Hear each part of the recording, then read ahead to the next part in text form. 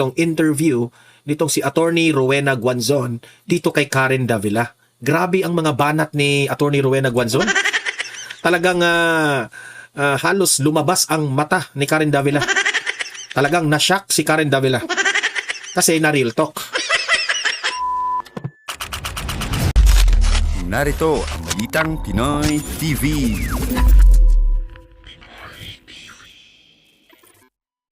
Okay. Pag-usapan natin ngayon itong interview nitong si Attorney Rowena Guanzon dito kay Karen Davila. Grabe ang mga banat ni Attorney Rowena Guanzon. Talagang halos lumabas ang mata ni Karen Davila. Talagang na-shock si Karen Davila. Kasi na-real talk. Na-real talk si Luistro at si Riza Hontiveros sa mga banat nito ni Attorney Rowena Guanzon. Mamaya ipapakita ko yan kasi grabing mainit na interview yun. At heto, pag-usapan rin natin itong video ni Bong Revilla na transfer. Nagpakita si Bong Revilla sa kanyang posas, no? Talagang maraming binabati ko si Bong Revilla na drama, ganun. Mamaya ipapakita ko rin yan, no? At pag-usapan din natin again si Attorney Rowena Guanzon. May point naman si Attorney Rowena Guanzon dito patungkol kay Martin Romualdez na nagpaparamdam na naman si Martin Romualdez kasi medyo humuhupa na yung issue patungkol sa flood control laban sa kanya. Ngayon nagpaparamdam na naman si Martin Romualdez, no? Dahil sa third impeachment complaint. Kasi plano rin itong tumakbong presidente itong si Martin Romualdez. Kaya nagpaparamdam na at sinabayan baka tutulungan na naman niya itong third impeachment complaint laban kay VP Sara. Okay? So, yun po ang mga pag-uusapan natin ngayong araw na ito. Pero guys, bago natin ito pag-uusapan, help me po na i-like muna at i-share itong video na ito para guys, kakalat ito sa taong bayan. Okay? Sabay-sabay nating i-like muna at i-share itong video natin, Facebook at YouTube. 1, 2, 3, go! Okay? Like and share para maraming makalam. And also guys, paki-subscribe at paki-follow ito para lagi kayong updated sa mga balita na kagaya nito. At ma-notify ang inyong mga cellphones kung meron tayong breaking news. Okay? So, kagaya nito, breaking news ito. So, sabay-sabay natin i-follow, i-subscribe, Facebook at YouTube. Ready? Follow, subscribe. 1, 2, 3, go! Ayan, thank you very much.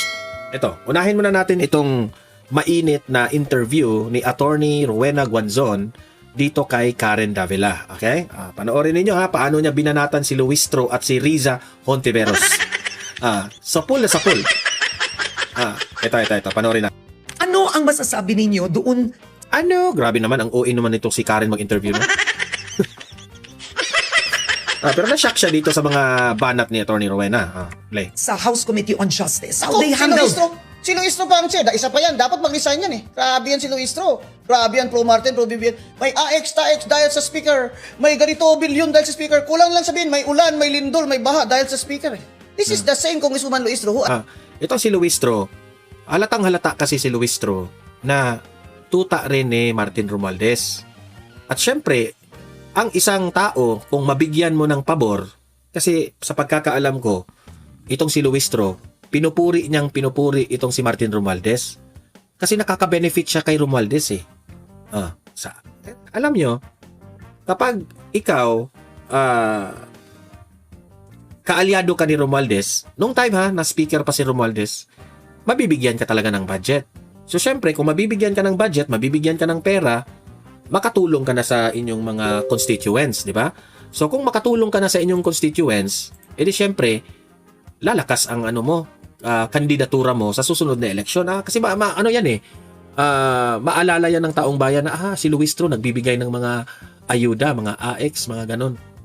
Edi pinuri ni Luistro, di ba? Ang nangyari, kahit alam na sablay itong si Martin Romualdez, puri rin siya ng puri. Kasi itong si Luistro, hindi na nag-iisip ba? Halata mo talaga sa kanyang galawan sa House of Representatives na bias talaga. Tingnan nyo paano nila binasura kaagad yung impeachment complaint laban kay BBM. Di ba? Pero yung impeachment complaint ni VP Sara, wala siyang imik. Mas gusto pa nilang papasayo, no? Yung impeachment complaint ni VP Sara. Tapos, ibinulgar pa ngayon ni Attorney Rowena Guanzon sa another issue patungkol po sa husband o asawa ni itong si Congressman Luistro. Okay? Ito yung ano niya, banat niya diyan. True. Grabe yan, pro Martin, pro BBM. May AX, TAX dahil sa speaker. May ganito bilyon dahil sa speaker. Kulang lang sabihin, may ulan, may lindol, may baha dahil sa speaker. This is the same Congresswoman Luistro who admitted that she hid her husband who was accused of rape. He was accused of rape. Dapat nag-surrender siya. Tingnan mo si... Kasi may kaso itong asawa ni Luistro. Alam niyo na, yung sinabi niya. At syempre, si Luistro, lawyer siya, tinatago raw niya yung kanyang asawa. So, kitang-kita mo sa mga galawan ni Luistro na umaabuso sa ating batas. Ngayon, sa mga constituents ni Luistro, ang tanong ko sa inyo, tama ba itong mga ganitong bagay? Iboboto nyo pa ba itong babaeng ito? Hindi na to dapat iboto eh. Di ba?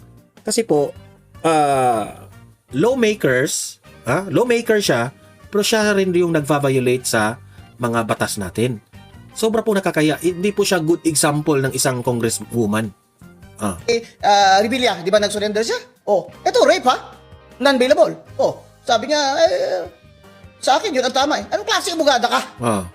Abogada ka? Dati ka pa daw piskal? Accused of rape ang asawa mo, hindi mo pinasurrender? Correct. May dapat sa'yo madisbar kung Congresswoman Luistro. Diba? Imagine that one. Pinabihan pa nga siya, dapat sa'yo madisbar ka. You are practicing law. Pero ikaw rin naman yung lumalabag sa batas ng Pilipinas. Kung naniniwala ka na walang sala yung asawa mo, talagang isurrender mo yan sa batas natin. At hayaan mo na yung batas natin ang humusga. Bakit mo tinago yung asawa mo? Diba? Heto yung video na umamin siya na tinago niya ang kanyang asawa. Ito. Malabas lagi yung fabricated cases of rape ng asawa ko. With the branding that tinago ko ang asawa ko, Yes. I evaded the law. That's what's going around. Kasi kung tayo po ang ipa-judge, no? Hindi tayo maghuhusga sa asawa ni Luistro kung ginawa talaga niya yung krimen na yon. Kasi we are not here to judge people. Kahit nga galit tayo kay Luistro, hindi naman natin kaagad huhusgahan yung asawa niya na talagang ginawa niya yung krimen na yan. Ang sa akin lang, kung meron pong reklamo laban sa iyong asawa, huwag mong itago. Ibigay mo sa mga authorities at hayaan na yung ating batas na manghusga laban sa kanya. Pero you are practicing law, lawyer ka, dati kang piskal, pero tinago mo sa batas natin yung asawa mo. That's a big disgrace. At hindi ka pa na-disbar niyan, hindi ka pa na-disbar niyan. That here you are holding people to account, and yet you told your husband to hide and not face these charges when they were filed against him. Talaga bang tinago niyo yung asawa niyo? Yes. Yes. Tinago niya. Inamin niya in front of the camera. Ako naiintindihan ko na mahal mo ang inyong asawa. Pero bakit? Lawyer ka, dati kang piskal. Pero iniiwasan mo yung batas? That's really a disgrace sa iyong pagka-lawyer at sa pagka-being piskal mo. Meaning to say, ikaw lumalabag ka sa batas.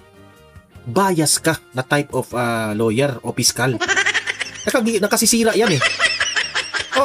Tinawanan lang natin pero nakakasira yan ng credibility mo. Ikaw, sasabihin ng ibang mga lawyer, pwede pala yung ganun? Iiwas lang tayo sa batas? Anong sasabihin ng ibang lawyer? Di ba? Si Luistro nga, umiwas sa batas? Tinago niya yung asawa niya sa batas? Di ba? So anong masasabi natin dito? Anong nakikita natin dito? Parang yung batas natin, pinaglalaruan lang natin. Tama ba yung sinabi ng iba na ang batas ng Pilipinas ay para lamang sa mahihirap?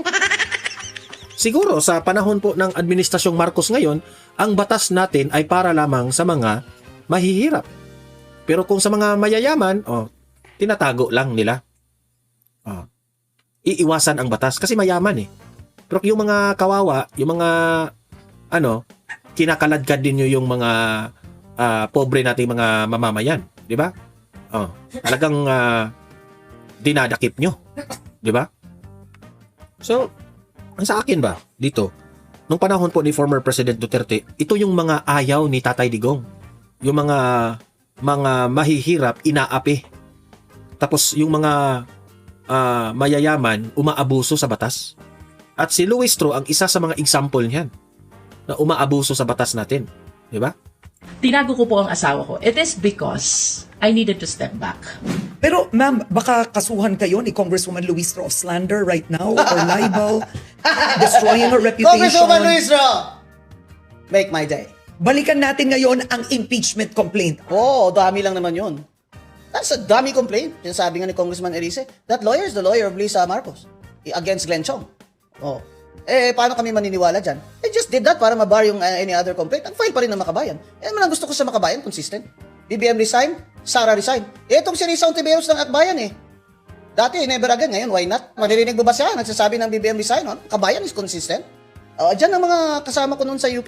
Kabatch ko yan si Lisa Was. At least prangka ito si Attorney Rowena Guanzon na itong si Riza Hontiveros walang prinsipyo sa buhay.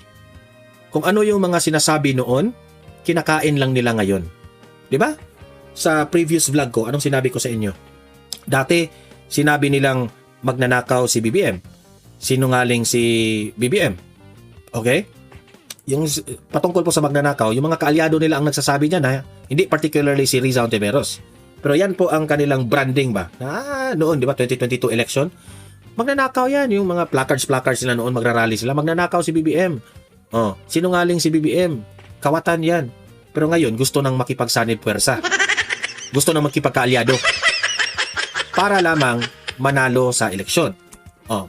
Ang kay Rowena Guanzon, mas na-appreciate niya yung ginawa ng Makabayan Black kasi consistent sila. Noon hanggang ngayon, ayaw pa rin nila ni BBM. Parang sinabi ni Atty. Rowena Guanzon na kung BBM resign ang mga sinisigaw nila noon o ayaw nila kay BBM noon, hanggang ngayon, yun pa rin ang Makabayan Black nag-file ng impeachment complaint, di ba? So, yan ang kaibahan. Kaya nga sabi ko sa inyo, no? Yang mga ugali ng mga dilawan kagaya nito na Kiko Pangilinan, Riza Hontiveros, ito yung mga politisyan na hindi natin dapat iboto. Nakakasuka. Yung bang tipong politisyan na sarili naman po ang kanilang iniisip, na kapag nasa pwesto na sila, congressman na sila o senador na sila, okay na. Pabayaan na yung taong bayan. Sarili na nila ang iniisip nila. Masaya ang buhay ko bilang senador.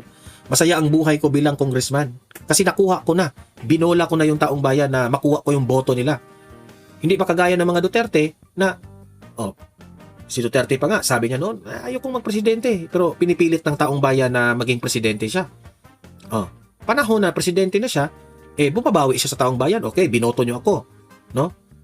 Nandito po ako ngayon sa posisyon na ito dahil sa inyo. Isusukli ko sa inyo lahat. Tutulungan ko kayo, ipoprotektahan ko kayo, lahat ng mga abuso dito sa gobyerno natin.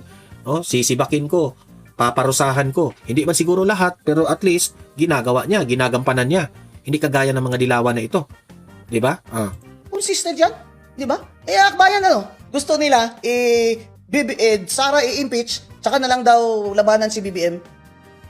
What kind of thinking is that? Anong klaseng strategy yan? I think ang gusto talaga nila Kaya napaghalataan kayo ng taong bayan, itong mga akbayan ba, mga dilaw, napaghalataan kayo ng taong bayan na yung mga galawan ninyo is for yourself. Diba? Dapat yung prinsipyo nyo, naka-maintain sana yun. Kaso walang mga prinsipyo. Mga bastos lahat Mayari is the BBM gang will support her either as vice president, di ba? Pero dreaming na yan na tatakbo sa president dahil hindi tatakbo ang BBM gang. Mas guwapo naman si John Vic Remulla kaysa kay Lamas. Tatakbo yun. Sabi mo, na-shock itong si Karen Davila. Kasi si Llamas, nalilink ito kay Hontiveros. Si Llamas, sobrang pangit yung mukha. Syempre si John Vic Remulla, may kagwapuhan rin. Kino-compare ngayon yung mukha. Ito naman si Atty. Rowena.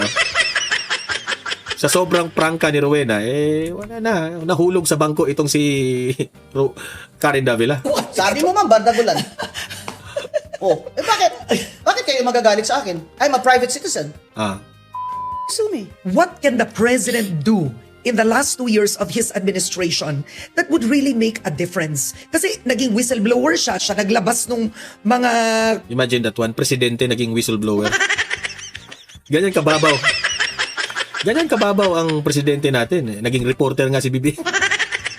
Ewan ko na lang. Yung mga flood control. Hindi totoo yan, ma'am. Because I think, eto na naman, prediction ko to, kaya makinig kayo lagi sa akin. Tunay akong analyst. Sa first 3 years nila, ang plano nila is kaukaw ng kaukaw. Nakaw todo-todo. And they use the budget. That's why, yung yan mortal sin nila to our democracy is that they used Congress to loot our taxes. Mortal sin yan. At ngayon, hindi nakukulong. Walang nakukulong. Si Revilla nakulong. Ano ba yan? Palit ulo? Oo nga eh. 'Di ba? Yan ang nakapagtataka. Itong, sabi niya, ito, i-emphasize ko lang sinabi niya, itong administrasyon na ito, na very obvious na alam ng taong bayan na nagnakaw ng limpak-limpak na pera, hindi nakukulong. Pero itong si Revilla, nang walang clear evidence, yun pa yung nakulong ngayon.